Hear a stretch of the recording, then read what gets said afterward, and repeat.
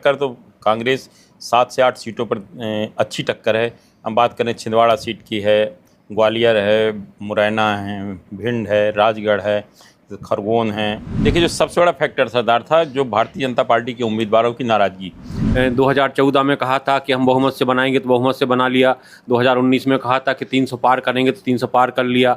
और हम 400 पार करने का जो दावा कर रहे हैं वो निश्चित तौर से वो उनका एक आत्मविश्वास है उसी पे। देश में हुए आम चुनाव को लेकर जनता ने अपना फैसला सुना दिया है और अब इंतजार नतीजों का किया जा रहा है। 4 जून को नतीजे आ जाएंगे और उसके बाद तस्वीर साफ हो जाएगी कि देश के सत्ता के सिंहासन पर कौन बैठेगा। लेकिन ये चुनाव कई मायनों में दिलचस्प रहा है और एक्सपर्ट ओपिनियन के तौर पर हमारे साथ 2 खास मेहमान मौजूद हैं। सीनियर पत्रकार हैं मृगेंद्र सिंह जी, हम उनसे जानेंगे। नमस्कार। साथ ही हमारे साथ कौशल चतुर्वेदी जी हैं जो सीनियर जर्नलिस्ट हैं, हम उनसे भी जानेंगे कि इस पूरे चुनाव को किस रूप में ये लोग देखते हैं। मृगेंद्र जी, सबसे पहले आपसे ही जानना चाहूँगा कि पूरा चुनाव कैंपेन आपने देखा होगा, अब तो जनता अपना फैसला सुना चुकी है, वोटर वोट डाल चुके हैं, लेकिन क्या लग रहा है, क्या बीजेपी 400 पार जाएगी या इंडी गठबंधन मजबूत होगा? देखिए, 4 से पार की संभावना तो नहीं है, लेकिन इस संभावना से इनकार नहीं किया जा सकता कि एनडीए की सरकार बनेगी। और जो चुनावी माहौल है, आप देखिए, चाहे मध्य प्रदेश का उठा के देखिए या अदर स्टेट की बात करें, कुछ राज्यों में हो सकता है पिछले बार के मुकाबले भारतीय जनता पार्टी की सीटें कमाएं, क्योंकि जैसे मध्य प्रदेश की बात करें तो 29 में 28 सीटें थी, राजस्थान 25-0 था, हिमाचल के वही हाल है, हरियाणा है, इसके बाद अपन गुजरात चले जाएं। कई स्टेट ऐसे हैं जहां की कांग्रेस या अन्य किसी दल का खाता ही नहीं खुला था। उन राज्यों में हो सकता है कुछ सीटें कम हो भारतीय जनता पार्टी या एनडीए की, लेकिन एनडीए की सरकार बनने में किसी को कोई डाउट नहीं। लेकिन एनडीए को नुकसान हो रहा है, ये तो आप मान रहे हैं। मध्य प्रदेश की हम बात करें तो 29 लोकसभा सीटों में से 28 जो है बीजेपी के खाते में गई थी 2019 में, लेकिन इस बार 27 सीटों पर ही चुनाव देखने को मिल रहा है। बीजेपी और कांग्रेस के बीच 27 सीटों पर ही मुकाबला है। खजुराहो में इंडी गठबंधन का समर्थित उम्मीदवार चुनाव मैदान में, इंदौर में तो कांग्रेस के उम्मीदवार ने नामांकन वापस ले लिया था। तो इन 27 सीटों में आपको क्या लग रहा है कि कांग्रेस कौन सी सीटों पर टक्कर दे सकती है, कौन सी सीटें जीत सकती है? देखिए, टक्कर तो वो कौन जीतेगा हारेगा नहीं कह सकते। टक्कर तो कांग्रेस 7 से 8 सीटों पर अच्छी टक्कर है। हम बात करें छिंदवाड़ा सीट की है, ग्वालियर है, मुरैना है, भिंड है, राजगढ़ है, खरगोन है, झाबुआ रतलाम सीट है, इसके बाद सीधी, रीवा और सतना सीटें हैं, मंडला है। ये कई सीटें, ये सीटें ऐसी हैं जिसमें कांग्रेस अच्छी खासी टक्कर दे रही है। अब फैसला तो जनता ने कर दिया है, 4 तारीख को खुलेगा, लेकिन इनमें अच्छी खासी मशक्कत करनी पड़ी भारतीय जनता पार्टी को और अच्छी टक्कर भी है। सर, चुनाव प्रचार के दौरान कांग्रेस दावा कर रही थी कि 12 से 13 सीटें वो जीत सकती है, लेकिन वोटिंग के बाद दावा किया जा रहा है कि 6 सीटें वो जीत सकती है। कौन सा फैक्टर आपको लग रहा है कि कांग्रेस के लिए इस बार असरदार हो सकता है? देखिए, जो सबसे बड़ा फैक्टर सरदार था जो भारतीय जनता पार्टी के उम्मीदवारों की नाराज़गी। जैसे हम बात करें मंडला सीट की बात करें, फग्गन सिंह जी विधानसभा चुनाव हार गए थे, फिर भी उनको टिकट दिया गया। इसी तरह बात करें सतना सीट की, सतना सीट में भी गणेश सिंह जी को टिकट दिया गया। अब राजगढ़ सीट की बात करें जहां कि दिग्विजय सिंह बहुत अच्छी टक्कर दे रहे हैं, कुछ भी फैसला हो सकता है। उस सीट पे बात करें, उम्मीदवार को लेकर नाराज़गी थी। यही स्थिति ग्वालियर के उम्मीदवार को लेकर थी, यही स्थिति मुरैना के उम्मीदवार को लेकर थी। ये जो सबसे बड़ी जो कांग्रेस टक्कर देने, कांग्रेस ने कई सीटों पर अच्छे उम्मीदवार दिए। अब भारतीय जनता पार्टी ने उसके मुकाबले जो उम्मीदवार होना चाहिए उतने दमदार कैंडिडेट नहीं दिए। ये बात ज़रूर है कि राम लहर और मोदी जी के नाम पर हो सकता है जीत जाएं, लेकिन कांग्रेस ने कई सीटों पर भाजपा के मुकाबले अच्छे उम्मीदवार। तो सर, क्या माने कि जो प्रत्याशी हैं उसको लेकर नाराज़गी रही, लेकिन बीजेपी का वोट और मोदी के वोट पर जो है जीत मिल सकती है? निश्चित रूप से भारतीय जनता पार्टी के जो काडर वोट है, मोदी जी और राम मंदिर के नाम पर जो भारतीय जनता पार्टी के उम्मीदवार जीत जाएंगे, भले ही थोड़ा सा कमज़ोर रहे हों, उम्मीदवार अच्छे नहीं दिए गए। ठीक है, तो यहाँ पर कौशल चतुर्वेदी जी भी, हम उनसे भी जान लेते हैं। कौशल जी, आप पूरा चुनाव आपने देखा, बहुत करीब से देखा, ग्राउंड रिपोर्ट भी की, क्या नज़र आया? क्योंकि चुनाव में हमने देखा कि विकास के मुद्दे तो पीछे छूटते हुए नज़र आए। हिंदू मुस्लिम धर्म के नाम पर, राम मंदिर के नाम पर ज़्यादा चुनाव कैंपेन हुआ। देखिए, भाजपा को जब भी बात होती है तो निश्चित तौर से धर्म और जो है बहुत सारी चीज़ें आ जाती हैं जो उनके एजेंडे में हमेशा रही हैं। और किस मुद्दे पर चुनाव हुआ, जहाँ तक ये जो बात है, तो निश्चित तौर से देखो 10 साल का विकास तो जनता के सामने है ही। और ये इस 10 साल में एनडीए की सरकार में जो जिस तरह से मोदी ने हमेशा दावा किया है और संसद में भी बोला है कि हमने 80 करोड़ का सुरक्षा कवच तैयार कर लिया है, तो वो सारी योजनाएं जो सीधे सीधे जनता को फ़ायदा पहुंचा रही हैं, वो उसके लिए उन्हें अलग से किसी के पास अप्रोच करने की ज़रूरत नहीं है। वो सीधा उनके वोटर जो उनका मतदाता है वो उसको महसूस करता है और वो उनकी तरफ झुक जाता है अंतिम समय में। स्थितियां कुछ भी रहें, लास्ट में जब परिणाम आता है तो जैसा कि वो लगातार कहते हैं कि हमने 2014 में कहा था कि हम बहुमत से बनाएंगे तो बहुमत से बना लिया, 2019 में कहा था कि 300 पार करेंगे तो 300 पार कर लिया, और हम 400 पार करने का जो दावा कर रहे हैं वो निश्चित तौर से वो उनका एक आत्मविश्वास है उसी पे। लेकिन जहाँ तक मुद्दों की बात है तो देखिए उनने इस चुनाव में भी जो है मुस्लिम शब्द का उपयोग सीधा सीधा किया, धर्म के आधार पर आरक्षण नहीं लेने दूंगा सीधा सीधा बोला।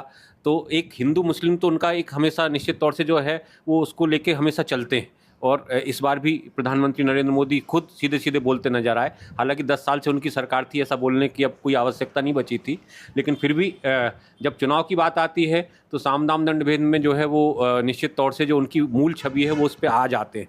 और जहाँ तक जो दूसरे मुद्दे हैं, समस्या बात ये नहीं है कि मुद्दे क्या थे, समस्या ये नहीं है कि राम मंदिर बना था, राम मंदिर मुद्दा था, या कृष्ण मंदिर की बात वो कर रहे हैं, वो भी एक मुद्दा बन चुका है।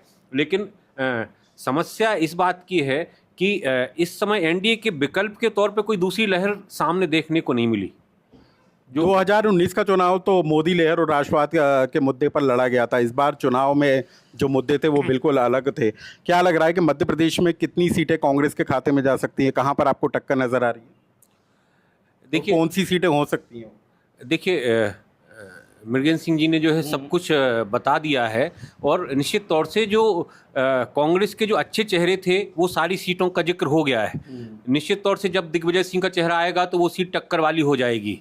निश्चित तौर से छिंदवाड़ा सीट जो मोदी के शिवराज के बहुत अच्छे कार्यकाल में भी 28 सीटें जीत पाई थी भाजपा, और एक सीट जो बची थी वो निश्चित तौर से छिंदवाड़ा सीट थी जिस पर कमलनाथ का 40 साल से प्रभुत्व है, और निश्चित तौर से कमलनाथ पर्सनली सबसे जुड़े हुए हैं, तो वो सीट टक्कर वाली थी। जैसा कि मंडला सीट है, फग्गन सिंह कुलस्ते के खिलाफ आक्रोश था, ये भाजपा को ही मालूम था, और जो व्यक्ति केंद्र में मंत्री रहा हो और जो एक निर्विवाद आदिवासी चेहरा माना जा रहा हो लंबे समय से, अगर वो विधानसभा चुनाव की एक सीट नहीं जीत पा रहा है तो निश्चित तौर से इसको लेकर एक समझा जा सकता है कि आदिवासी मतदाताओं में उनके प्रति नाराजगी थी।